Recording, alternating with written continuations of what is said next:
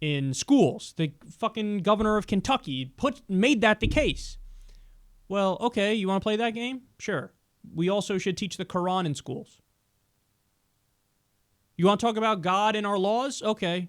Allah in our laws. They will flip like that. What? No. Can't have that. I mean, it was secularism, right? It's a separation of church and state, mosque and state. Yes, for both of you. For Christians and for Muslims and for any religion. He's such a fucking con man, but enough people fell for it. In the words of somebody, said